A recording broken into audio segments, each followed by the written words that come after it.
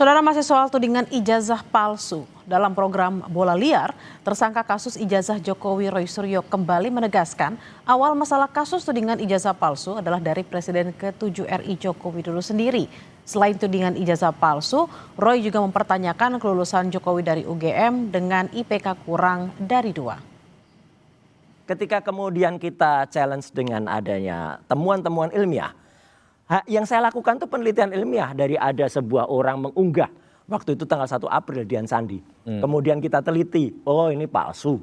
Ya, kemudian kenapa saya berani pastikan itu palsu dan 99,9% dan kemudian tidak khawatir? Karena Dian Sandi mengatakan, Mbak Alona, dia mengatakan itu asli. Kemudian sehari berikutnya dia minta izin ke Jokowi kalau itu benar. Dan Jokowi menjawab, ya itu ijazah, saya memang seperti itu. Kan lucu kalau kemudian itu kami dikatakan meneliti yang salah. Wong dia udah ngakuin kok. Setelah itu muncul konferensi pers Mabes Polri tanggal 22 Mei.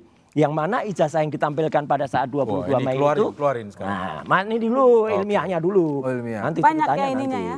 Nah, kemudian Sepertinya. kan awal masalahnya sebenarnya Mas Amir kalau tadi mengatakan awal masalahnya Jokowi sendiri.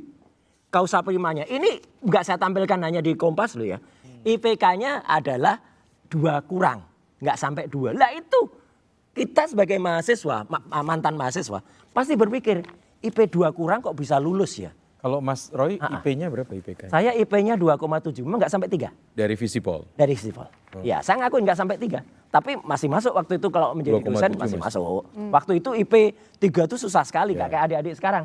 Jauh lebih mudah. Loh iya. Mereka juga susah, Mas. Oh susah, tapi artinya sekarang itu kemungkinan untuk mencari referensi jauh lebih gampang. Nah, ketika Dian Sandi kemudian, saya teruskan yang tadi, menampilkan unggahan seperti ini, kemudian bahkan dikoreksi oleh orang yang kemudian sempat bohong di depan publik ya, gitu namanya Andi Aswan, itu kemudian kita bandingkan juga dengan yang sudah ditampilkan Mabes Polri. Mas, semuanya dan semua audit. Masa seperti ini dikatakan identik sih? Ini orang mata awam saja sudah bisa melihat yang di sebelah kanan ini fotokopi, ada lipatannya di tengah, yang di sebelah kiri ini berwarna, kemudian logo UGM-nya juga beda, ya yang satu lebih lebar, yang satu lebih kurus ya. Kok kayak gini identik? Jadi dengan adanya pertanyaan-pertanyaan ilmiah kayak gitu, Mas Tra, Mas Amir dan juga Mas Yuki, kita kemudian menjawab dalam buku Jokowi's White Paper ini.